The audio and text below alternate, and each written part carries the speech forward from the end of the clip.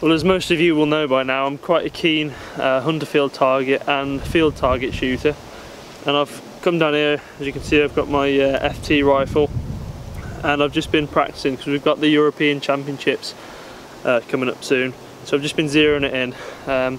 But what I did bring also was my S200, just in case there was the odd pigeon flying around, and there's been quite a few actually. So I'm going to pack the FT kit away now, and I'm going to focus on the pigeons.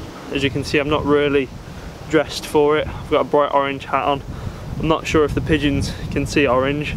I know in America they're all into their blaze camo, which is what this is, but we'll see how it goes. So all the guys commenting about me not having gloves on, well, sorry, but today I'm not having gloves, face veil, or basically any camouflage.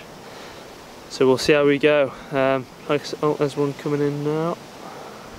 There's quite a few flying around. It's really windy. I'm going to keep the ranges down to a minimum today. On my last couple of videos I've taken some long range shots, but that's just not going to be ethical really today in these winds. I wouldn't be capable of shooting that far. So probably going to keep it within 40 yards, and we'll see how we go. Well, as usual, I'm going to be using the scope cam. Just the Eagle Vision.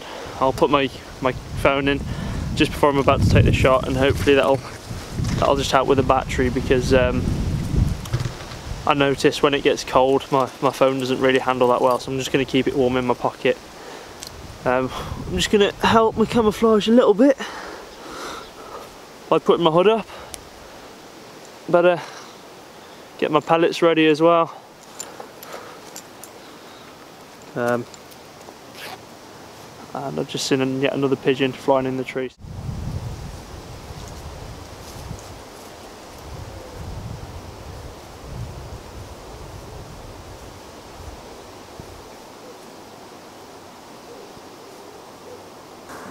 Well, I can see a dove up in the silver birch tree. So the pigeon that I originally saw has now gone. Just maybe being a bit heavy footed, I think, or just saw me. Probably the bright orange cap will have something to do with that. But the dove's still there, so we've still got a chance.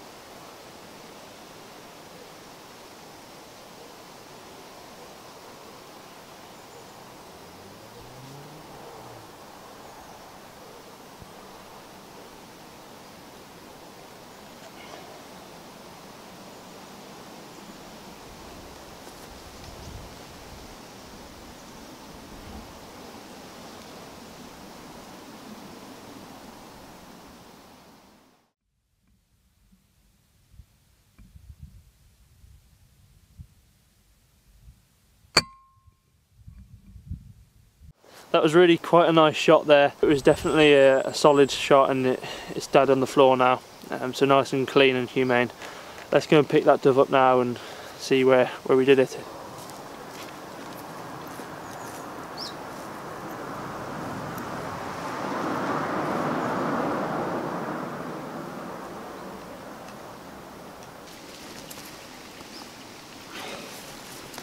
Well, from this it looks like I hit him in the vitals, so there's not a lot of meat to doves, so basically anywhere sort of centre mass with a sub 12 foot-pound air rifle at a sensible range is going to drop it pretty much in my experience.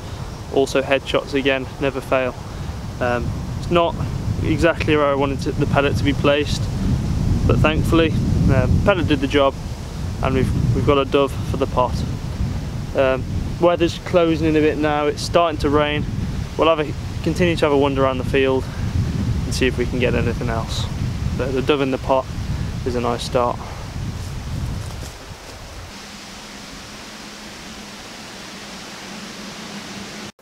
Well, it just started hammering it down, so I just came in here for a little bit of a shelter, and it stopped.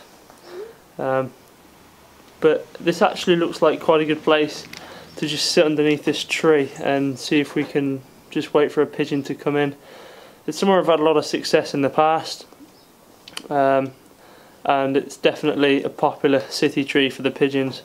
So I'll just make a little seat down there, and I'll just wait. Hopefully one or two will come in, but you never can tell with this game.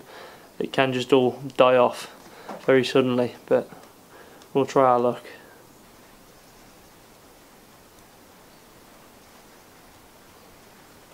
While we're waiting here out of the rain, I might as well talk a little bit about my rifle. For those of you that don't know, it's an Air Arms S200. Pretty standard. I think this one's the Mark II, and it's got a Bisley adjustable butt pad. I find this just helps. Fit of the gun helps in the shoulder.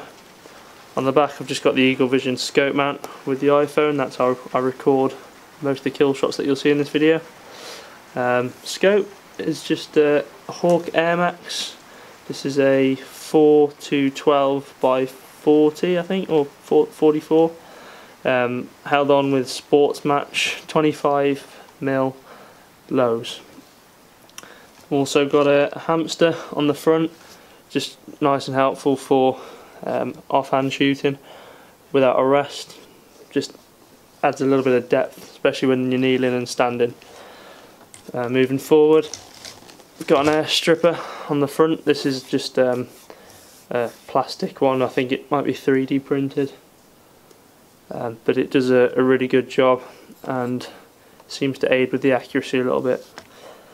Then we've just got a BSA sling on the front, which just again helps when carting the rifle around in between moving locations and not shooting. Yeah, so that's the gun. I'm gonna shut up now because there's a few pigeons flying about.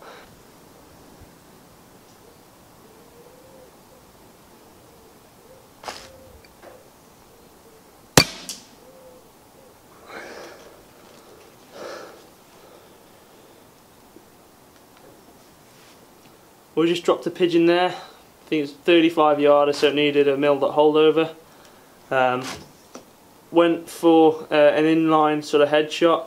Again, if the pellet fell a little bit low, I planned it so that it would hit the vitals, so I'm pretty sure I hit exactly where I intended. But yeah, anyway, it dropped cleanly. Let's go and find it. By the sounds of it, I think it dropped in the river, so we could have a bit of a soggy pigeon. The pigeon's just behind me. It did fall in the river, so it's a little bit soggy. I just hope I don't get my feet wet.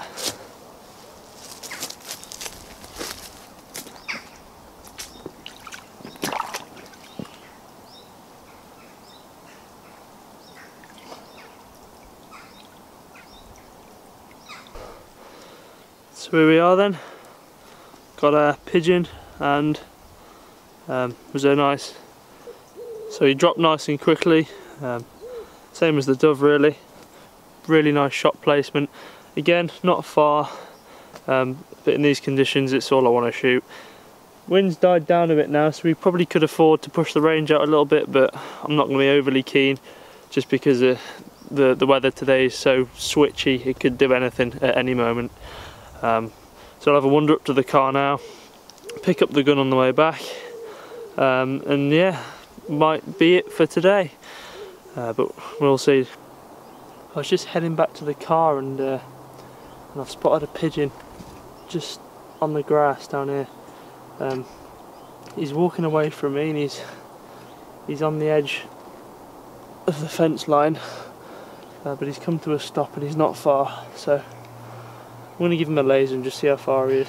He's only a young one, but he looks maybe wounded, I'm not entirely sure.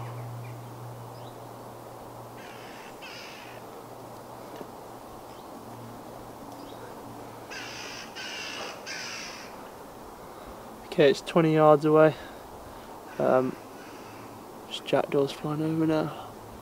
It's 20 yards away. I'm going to have a shot. It's not usually something that I do, but I mean, we are in a farm environment, so I've been asked to shoot the pigeons, and that's what I'm going to do.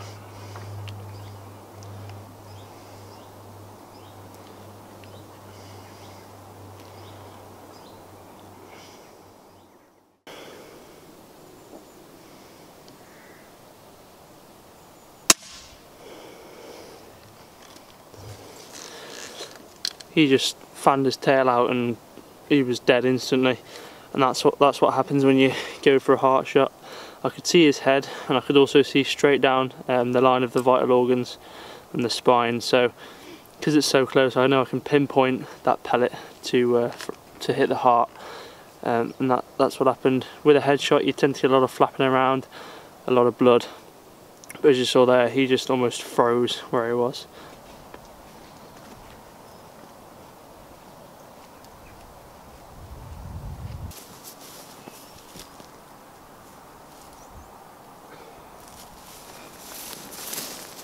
Well, that'll be it for today. I mean, this one was shot lovely. You can see here, this is just more evidence of the heart shot. The bright red blood. Now that blood is just from where it's hit the heart, and it's just continued to pump the blood out. It's fresh oxygenated blood, and this pigeon just won't have had any idea what hit it, so a nice and humane dispatch. Well, that's 3 birds on the ground. I'm going to ring the farmer now, tell him what I've managed to do this evening, and hopefully he'll be pleased with that. So I'm going to call it a day now. I've got to go home and pluck these pigeons, and hope I don't get into too much trouble for making a mess of the kitchen. Cheers.